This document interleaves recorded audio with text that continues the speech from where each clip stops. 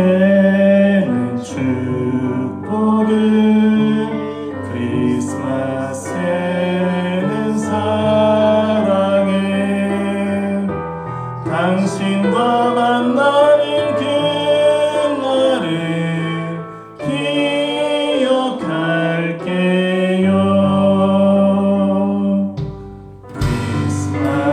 크리스마스에는 축복을, 크리스마스에는 사랑을, 당신과 만나는 그날을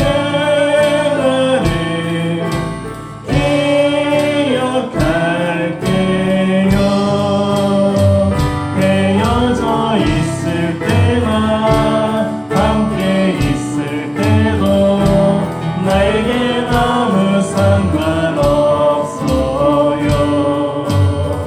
아직도 내 마음은 항상 그대 곁에 언제까지라도 영원히 우리 다시 만나면 당신 노래 불러요. 온 세상이 그대 향기로 가득하게요. 헤어져 있을 때나 함께 있을 때도 내겐 아무 상관없어요. 아직도 내 맘은 항상 그대 곁에 언제까지라도 영원히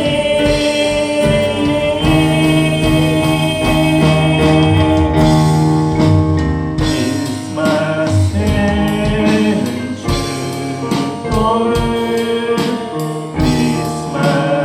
크리스마스에는 사랑을 당신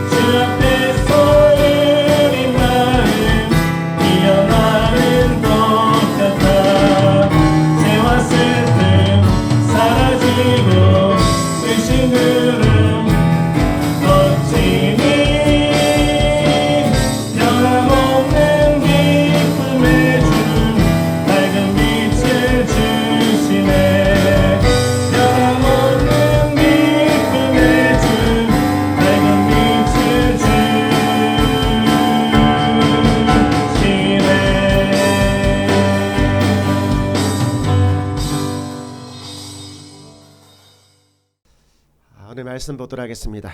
말씀은 출애굽기 15장 25절에 있는 말씀입니다. 15장 25절 우리가 다 함께 한 목소리로 읽어보도록 하겠습니다.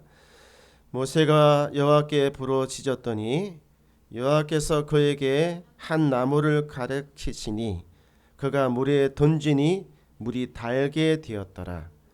거기서 여호와께서 그들을 위하여 법도와 율례를 정하시고 그들을 시험하실세. 아멘.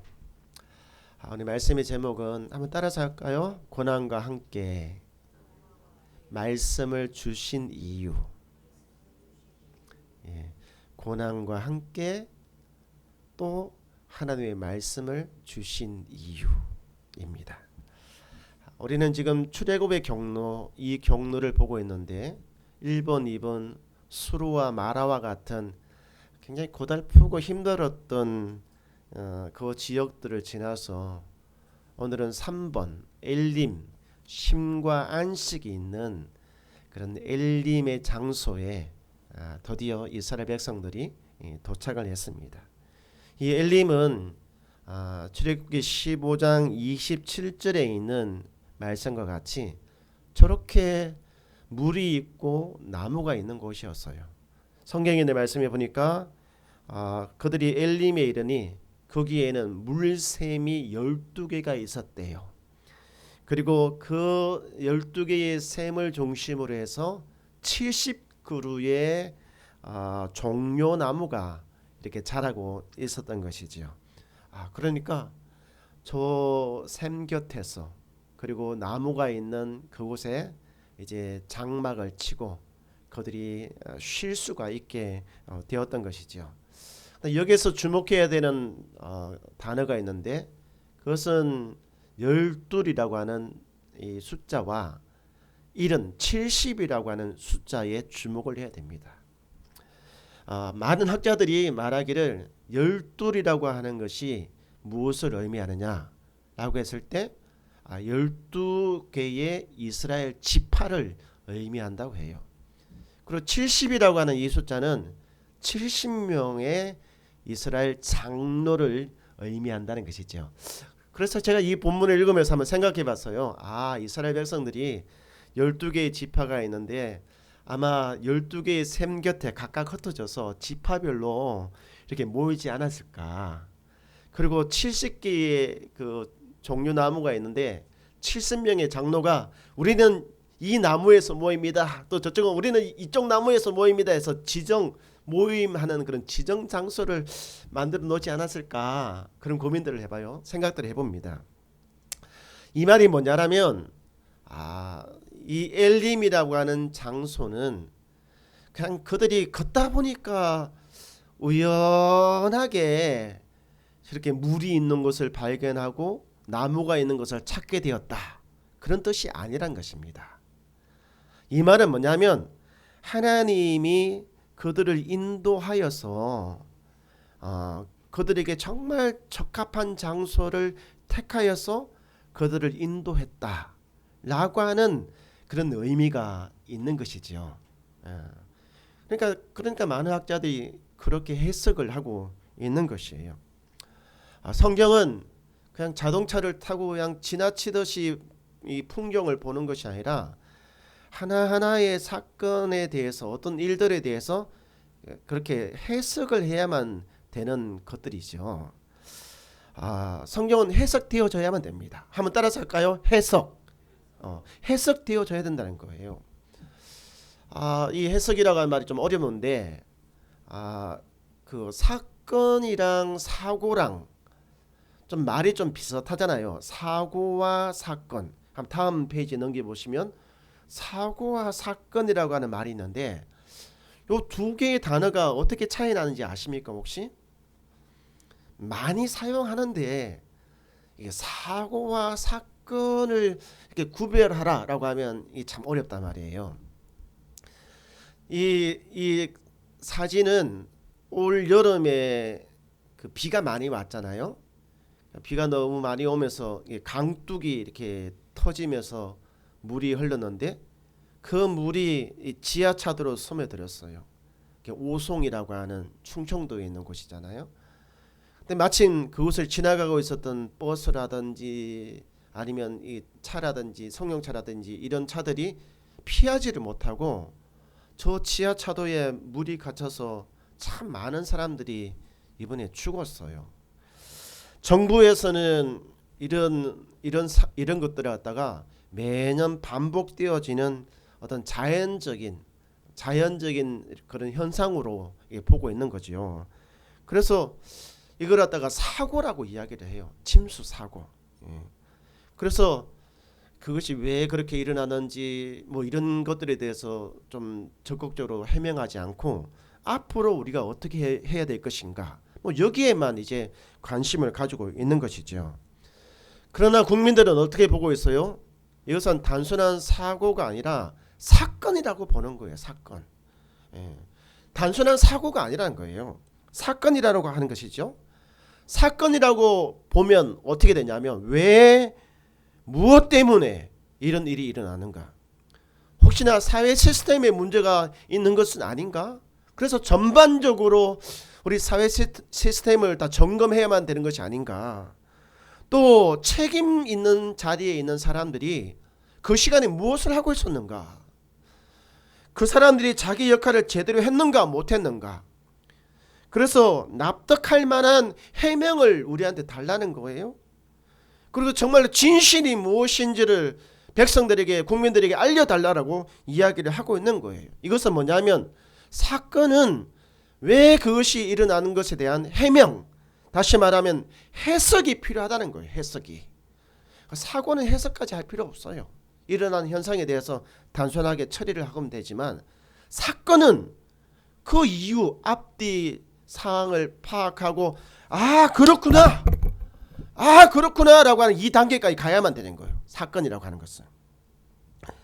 마찬가지로 하나님이 행하시는 일은요, 단순한 사고가 아니에요. 하나님이 행하시는 일은 사건입니다. 사건. 그래서 그 사건에 대해서 맞아, 요렇게 생각해보니까 요렇게 해보니까 맞구나, 이렇게 이것이 해석이고 맞구나 공감을 하는 거거든요. 공감을 나도 읽고 그리고 그것에 대해서 그래 이렇게 공감을 하는 거예요. 공감. 그래서 저는 이 해석이라고 하는 이 의미를 공감이라고 저는 생각해요. 공감. 그래서 해석하는 능력은 공감하는 능력인 거거든요. 공감. 무엇인가에 대해서 그렇다, 맞다, 이렇게 말이죠. 사실 우리가 이 신앙생활을 하면서 하나님 내 사정 좀 이해해 주세요 라고 해서 하나님이 나를 공감하는 것도 필요하지만 때로는 있잖아요. 내가 하나님이 하시는 일에 대해서 맞아요, 그래요, 역시 라고 하나님이 하시는 일에 대해서 공감할 수 있는 그런 능력이 우리에게 필요해요. 이거 굉장히 필요하거든요. 그래서 오늘은 제가 우리 성도님들과 함께 어떻게 하면 하나님이 하시는 일에 대해서 맞아요 이렇게 공감할 수 있는 능력이, 이 공감할 수 있는 능력을 갖기 위해서 무엇이 필요한지 그거를 좀 알아보려고 하는 거예요. 그래서 우리에게 이런 공감할 수 있는 능력이 있는지 없는지 또 한번 점검해 보는 것도 굉장히 중요한 것 같아요. 첫 번째는 그 하나님의 일을 공감하기 위해서는 하나님의 말씀이 있어야 됩니다. 말씀. 그것이 출애굽기 15장 25절에 나와 있단 말이에요. 오늘 우리가 읽었던 말씀인데 여기 보면 그들이 수르와 마라를 지나오면서 너무너무 고통스럽고 너무너무 힘들었단 말이에요. 왜 하나님이 우리에게 이런 어려움을 주시는 거예요? 왜 하나님이 우리에게 이렇게 아픈 시간을 주시는 거예요? 라고 이렇게 고통의 문제에 대해서 이렇게 하나님께 부르짖었고 심지어는 하나님의 원망까지 했단 말이에요. 사실 우리도 있잖아요. 살다 보면 주변에 많은 사람들이 전에는 예수님 믿었는데 지금은 예수님 안 믿어요. 전에는 교회 다니고 또 집사 또 직분도 받고 이렇게 안수집사 직분도 받고 했는데 지금은 교회 안 다니시는 분들이 많아요. 왜냐하면 그분들은 있잖아요. 고통과 고난의 문제 앞에서 답을 찾지 못한 거예요.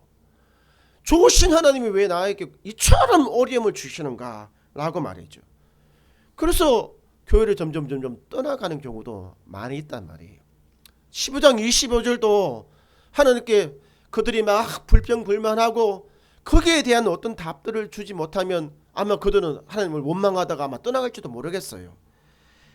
바로 그때 그 고통과 고난의 이 문제에 대해서 우리가 하나님을 이해할 수 있는 도구를 주신 거예요. 거기 뭐예요? 여기서 여기 보면 법도와 율례를 정하시고 그들에게 알려주신 거예요. 법도와 율례가 뭡니까? 쉬운 말로 말하면 성경이잖아요. 지금의 우리로 보면 기록되어져 있는 성경, 리튼 바이블이잖아요. 기록된 성경을 말씀을 하고 있다는 거예요. 그래서 그렇게 불평불만하고 원망을 하는 이 백성들에게 처방약으로 주신 것이 바로 성경이라고 하는 것이지요. 어떻게 보면 이것은 굉장히 적절한 하나님 편에서의 처방인 것이죠. 이 성경이 바로 하나님이 우리에게 그렇게 어려움을 주시는 그 이유에 대해서 말씀을 하고 있기 때문에 그렇습니다. 제가 최근에 이 디브리핑이라고 하는 이게 뭐냐면 좀 뭐랄까 굉장히 충격적인 어떤 일을 만났을 때 정신적으로 멘탈이 깨어지는 경우가 많이 있거든요. 마음도 많이 깨어지고 그럴 때 가서 이제 상담을 받는 그런 이 디브리핑이라고 하는 것이 있어요. 저도 저희를 후원해주는 이 아시안 미션에서 최근에 이제 내년도 뭐 수양회를 앞두고 뭐 조장 모임 있다고 그래서 제가 또 내년도 또 조장으로 거기 가게 됐어요. 그래서 조장 가기 전에 이거를 받아야 된다고 하더라고요. 그래서 제가 디브리핑 받으러 이렇게 갔단 말이에요. 뭐 처음 받아보는 거라 가지고 좀 어안이 벙벙했는데 사실은 여러 선교단체에서는 이미 하고 있었다고 하더라고요. 해외에서 국내로 오는 선교사들 그런 분들은 좀 뭐랄까 매년마다 주기적으로 이것을 받고 있대요. 우리 교회에 한 모지리 토마토 뭐 이게 다 그 자기 이름이 아니라 이 별칭을 사용하더라고요. 가명 모지리 토마토, 해바라기 또 기쁨 저는 이제 가명이 뭐냐면 새별이어서 새별이 그래서 새별이님 이렇게 부르고 제 옆에 있던 그 기쁨님은 60이 훌쩍 넘고 70을 바라보는 그런 나이의 그런 사모님이었어요. 그분 얼굴은 있잖아요. 진짜 해처럼 빛났어요. 어린아이처럼 미소도 참 아름답고 있잖아요. 호호호호 하는 정말 나이를 초월하는 어린이 같은 그런 느낌이 들더라고요. 제가 속으로 생각했어요. 아직 철이 좀 덜 들었나 이런 생각이 들 정도로 말이죠. 그분이 몇 년 전에 선교지에서 돌아왔는데 남편 목사님과 함께 지금은 안산에서 목회를 하고 계시더라고요.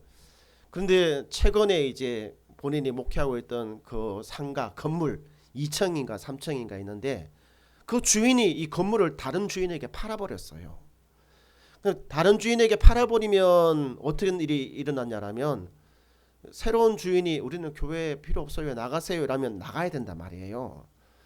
사실 교회는 그럴 때 어떤 보상도 못 받고 나가요. 다른 건물 다른 데는 인테리어 비용이라도 받아서 나가지만 교회는 그거 못 받고 나간다고 하더라고요. 다행히 우리는 안전조치를 다 취해놨어요. 받아서 나갈 수 있게끔. 그렇게 굉장히 어려운 시간들을 보냈는데 제가 이야기 듣다가 있잖아요. 놀랬어요.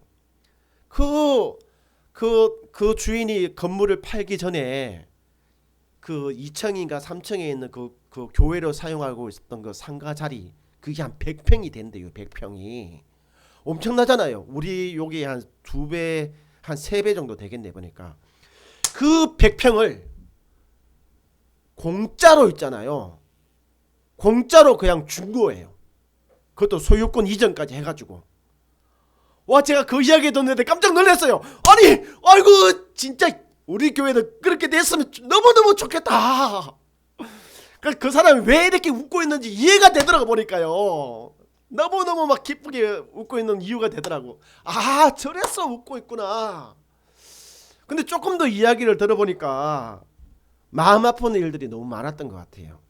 그분이 해외에서 이렇게 선교를 하는데 학교도 짓고 또 교회도 짓고 또 거기에 살고 있는 사람들을 위해서 또 공장 같은 것도 만들어 가지고 일도 하게끔 하고 해서 여러 병원도 세워 가지고 있잖아요. 병원도 운영하고 또 고아원이나 이런 것도 막 세워서 이렇게 막 참 잘했대요. 너무너무 잘했는데 어느 날 있잖아요. 그렇게 그 청춘을 바쳐가지고 자기의 전 재산을 다 바쳐가지고 했던 그 건물들이 있잖아요. 하루아침에 불이 나가지고 다 타버렸다는 거예요. 아이고, 한번 상상만 해봐요. 막 너무너무 막 억장이 무너지는 그런 아픔이 있을 거잖아요. 평생을 다 바쳤는데, 전 재산을 다 바쳤는데 그게 불이 나가지고 하루아침에 막 다 무너진 거예요. 비록 사모님과 목사님이지만 하나님께 원망이 이렇게 치밀어 올라가지고, 하나님 왜 나에게 이런 고난을 주시는 거예요? 내가 뭘 잘못했다고요? 라고 해가지고 막 원망하면서 막 그렇게 했대요. 너무너무 고통스러운 시간을 보냈다는 거예요. 그런데 어느 날 하나님 앞에서 막 원망하고 있는데 마음속에 이런 생각이 들더래요. 이상하다는 거예요. 내가 지금까지 알고 있는 하나님은 나에게 이렇게 한 번도 이런 어려움, 이런 고통을 주신 적이 없다는 거예요. 이렇게 좋으신 하나님이 왜 나에게 이런 어려움을 주실까? 이런 생각이 문득 들었다는 거예요. 그래서 그날부터 하나님께 원망하고 불평한 것을 딱 멈추고 하나님이 하셨던 일들을 이해해 보려고 나름대로 이렇게 노력을 했던 거예요.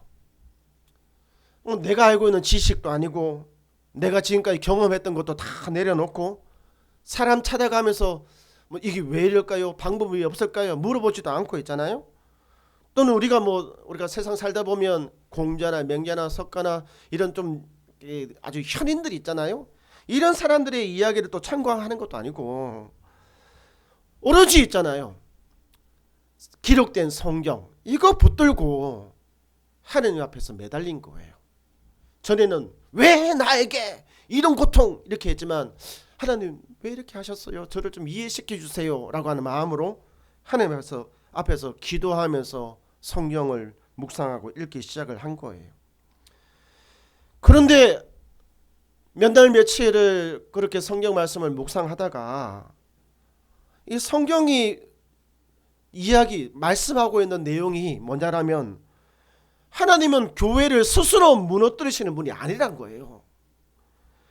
하나님은 교회를 파괴하시는 분이 아니시거든요. 성경을 보니까 하나님은 교회를 회복시키시고 교회를 다시 세우시는 분이라는 사실을 너무나 분명하게 알게 된 거예요. 근데 자기의 교회는 무너지고 깨어졌는데 성경의 교회는 하나님이 세우시고 회복시킨다는 거예요. 그래서 다시 한번 하나님 앞에 매달린 거예요. 하나님은 교회를 회복하는 분이시고 하나님은 교회를 세우시는 분이 아니십니까? 근데 이거 왜 이래요? 어떻게 하면 다시 교회를 회복시키고 어떻게 하면 교회를 다시 세울까요? 라고 해서 이제 그 방법을 묻기 시작을 한 거예요. 하나님 어떻게 하면 될까요? 나는 이제 빈털터리예요. 가진 거 없잖아요. 다 타버렸어요. 라고 말이죠. 근데 지금 어떻게 하면 될까요? 라고 하나님 앞에 비로소 이제 묻기를 시작을 한 것이죠. 뭐 다른 사람들이 볼 때는 그럴 시간이 있으면 밖에 나가서 노가다를 해가지고 돈을 벌어서 벽돌 하나로 살아 뭐 그렇게 하겠지만 우리 같은 그리스도인들은 있잖아요. 하나님께 묻고 하나님께 방법을 구하는 시간이 반드시 필요합니다. 그리고 이제 목사님과 사모님이 이제 교회를 세우기 위해서 자기들이 할 수 있는 선에서 뭔가를 하기 시작을 한 거예요. 돈이 없으니까 바깥에 나가가지고 진흙 있잖아요. 그걸 갖다가 이렇게 못 집어넣어가지고 해가지고 굽기 시작을 한 거예요. 한 개씩 한 개씩. 이 모습을 보고 그 교인들이 달라붙기 시작을 하는 거예요. 그 사람들도 돈이 있어요. 뭐가 있어요? 그러니까 와가지고 같이 벽돌을 하나씩 하나씩 만드는 거예요. 이렇게. 근데 주변에서 이 사실을 이렇게 어떻게 알았는지 있잖아요. 참 신기하게 이렇게 이거 할 때는 또 뭔가가 이렇게 날라오고 말이죠. 또 뭔가 이렇게 세울 때는 또 머리가 이렇게 씩 날라오는데 거기 참 신기하게 바다 건너서 하늘에서 이렇게 건너가지고 뚝뚝뚝뚝뚝 떨어진다는 거예요. 이게 할 때마다 뭔가를 할 때마다 이게 뭔가를 채워지는 것들을 이렇게 경험을 이렇게 한 거예요. 이거를 통해 가지고 전에는 나무로 지어진 그런 건물이었다면 이제는 이제 새로 지어진 건물과 학교와 병원과 고아원 이런 것들이 벽돌로 지어지기 시작을 한 거예요. 놀랍지 않나요? 그 더 신기한 것은 뭐냐면 전에는 그곳에 살고 있는 원주민들이 생각했대요. 아이고 저거는 선교사님이 세운 거야. 우리 거 아니야. 아 저거는 선교사님 돈으로 세운 거지. 우리 거 아니야. 이렇게 생각했단 말이에요. 근데 이 일이 있고 난 다음에 자기들 손으로 벽돌도 만들고 자기들 손으로 한 개라도 옮겼잖아요. 이게 한 개라도 옮기고 안 옮기고 차이가 엄청납니다. 여러분. 내가 한 개라도 뭔가 옮겼잖아요. 그러면 마음이 가는 거예요. 마음이 가는 겁니다. 한 분이라도 뭔가 이게 뭔가 하잖아요. 이 교회가 이 건물이 선교사님의 것이 아니라 우리가 갖고 해야 되고 우리가 지켜야 되는 곳이구나라고 하는 것이 되는 거예요. 이런 일이 있고 난 다음에 두 분 선교사님이 모든 것을 다 그분들에게 다 맡기고 있잖아요. 한국으로 돌아올 수가 있었던 거거든요. 예. 전에는 생각도 못했어요. 자기들이 빠지면 다 안 되는 줄 생각했는데 그런 일이 있고 난 다음에 건물도 새로 짓고 사람들도 믿음도 성장해가지고 자기들이 다 교회를 세우고 지키고 운영하고 그렇게 된 거거든요. 참 놀랍지 않나요? 이렇게 절망적인 상황에서 다시 이렇게 세웠던 것은 기록된 성경. 그 성경이 바로 그 고난에 대해서 답을 준 거예요.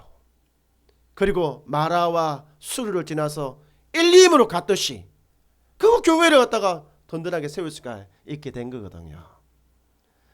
두 번째, 우리가 하나님의 일에 대해서 공감하기 위해서는 무엇이 필요하냐? 고난이 필요합니다. 고난이. 참 잘 이해가 잘 안 되겠지만 사실 고난이 필요해야 하나님이 그 하신 일들에 대해서 그렇구나 이렇게 공감을 할 수가 있는 거예요. 우리가 성경을 읽어도 성경이 이해가 안 되고 해석이 안 되는 이유가 뭡니까? 그것은 내가 공감이 안 되기 때문에 그런 거예요. 그렇다고 해서 성경을 무작정 많이 읽는다? 1년에 3회, 4회, 어떤 때는 한 달에 한 번씩 이렇게 읽는다고 해서 성경이 이해되느냐? 성경을 많이 읽는다고 해서 성경이 해석되지는 않아요. 그렇다고 해서 나는 이제 성경 안 읽어야지, 그거 안 돼요. 일단 성경은 어느 정도 좀 알고 있어야 되는 거거든요.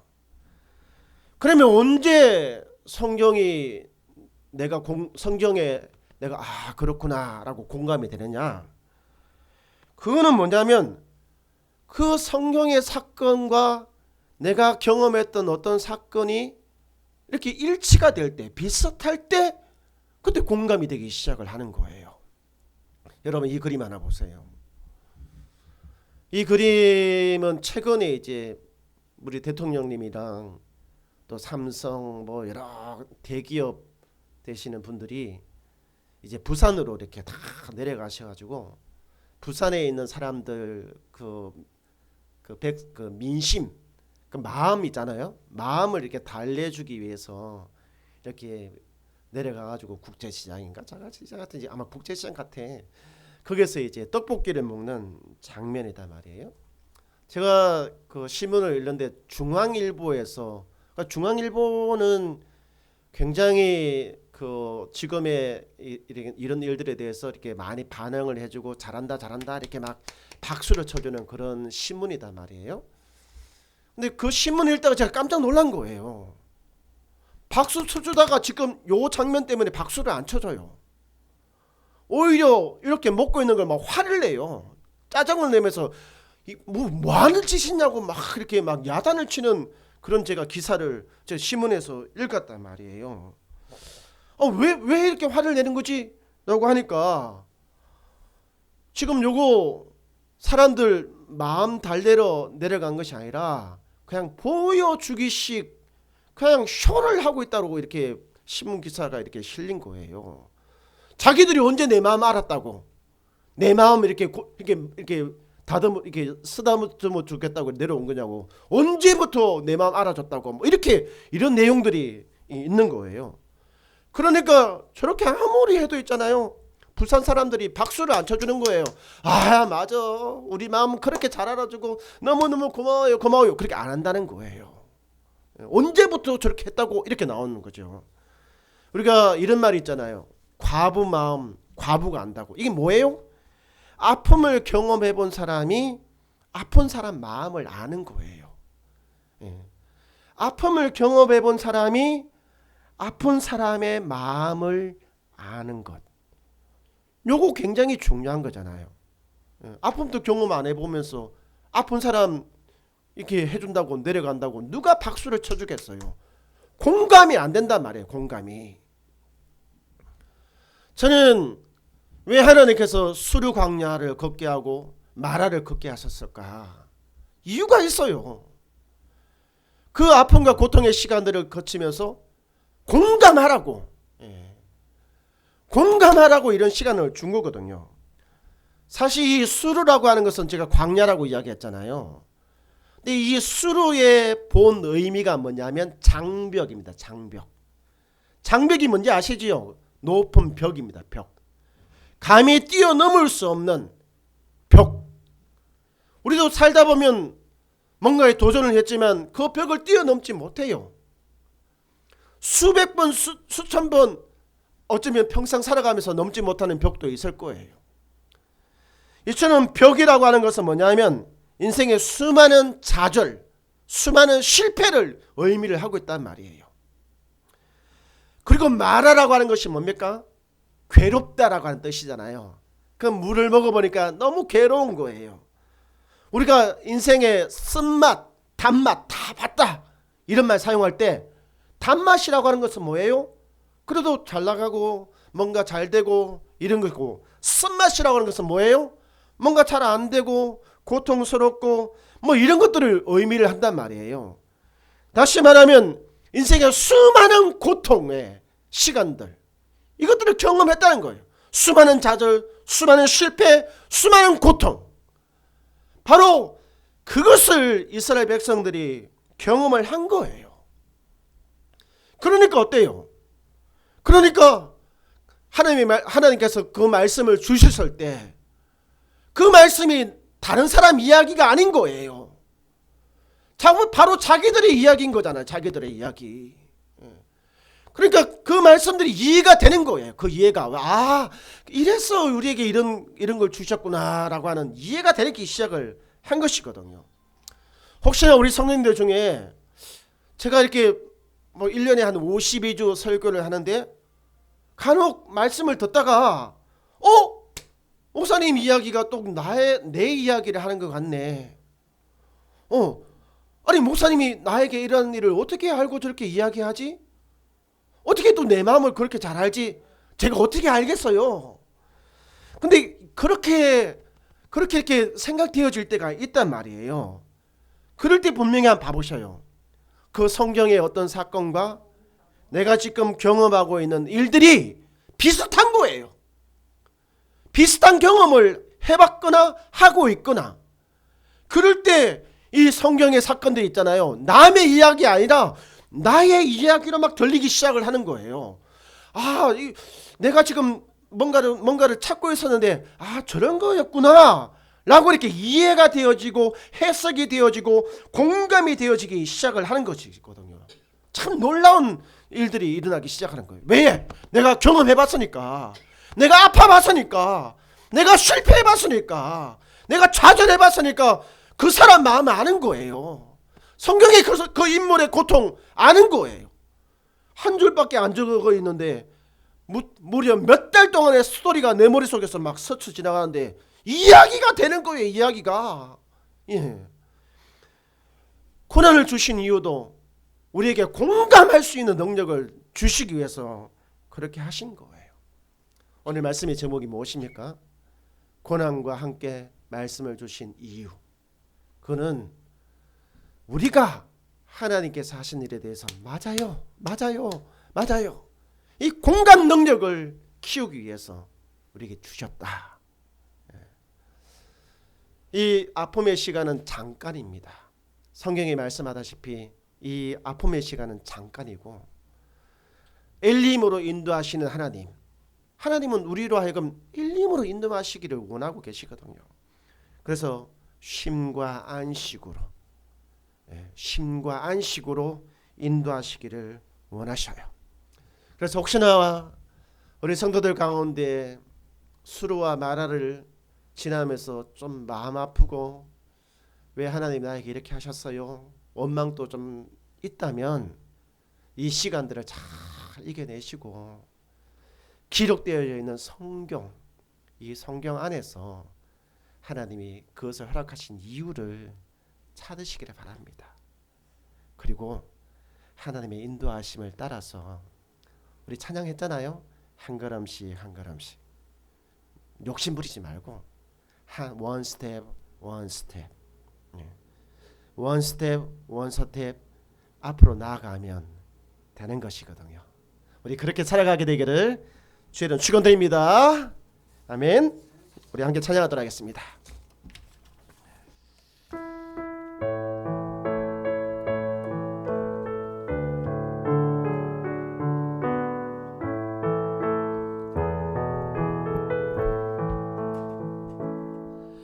왜 나만 겪는 고난이냐고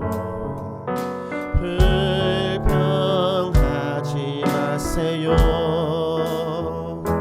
고난의 뒤편에 있는 주님이 주실 축복 미리 보면서 감사하세요.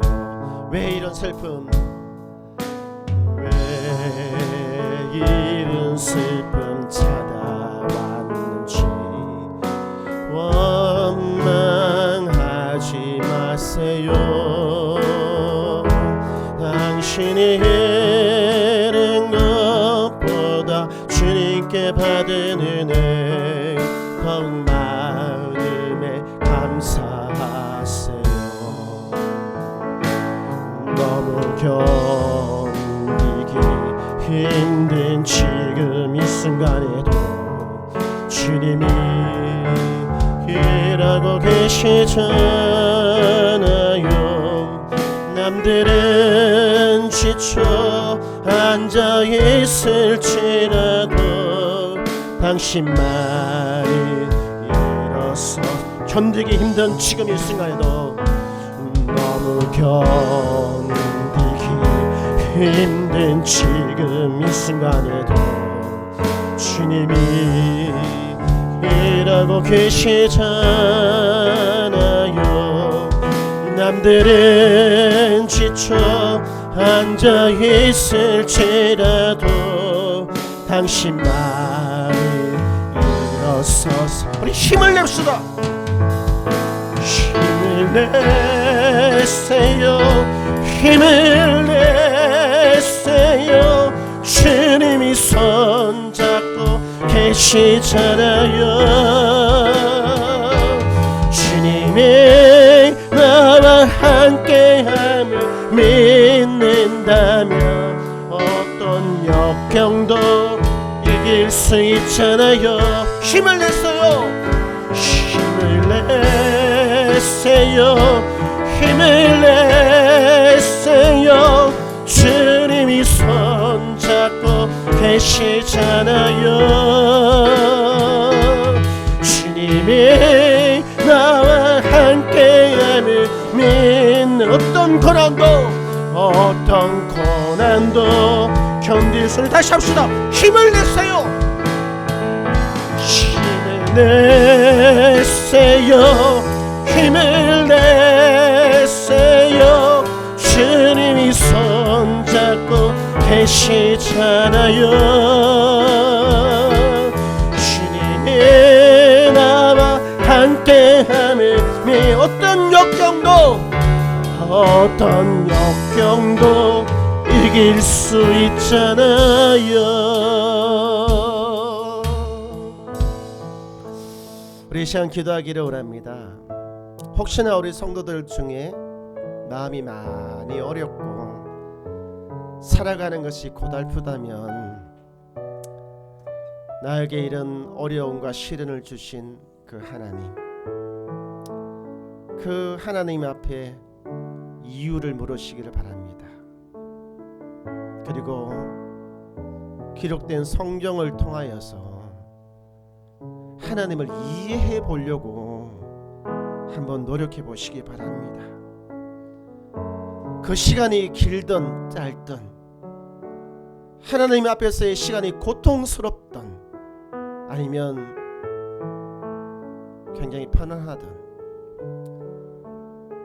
하나님 앞에 머물면서 기도하며 말씀을 읽으며 답을 찾아갈 수 있게 되기를, 우리 이 시간 함께 기도하도록 하겠습니다.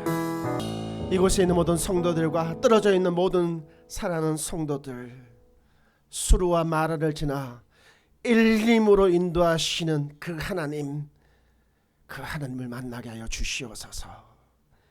이제는 우리 주 예수 그리스도의 거룩하신 은혜와 하나님 아버지의 놀라우신 사랑과 성령 하나님의 감화감동 교통하심이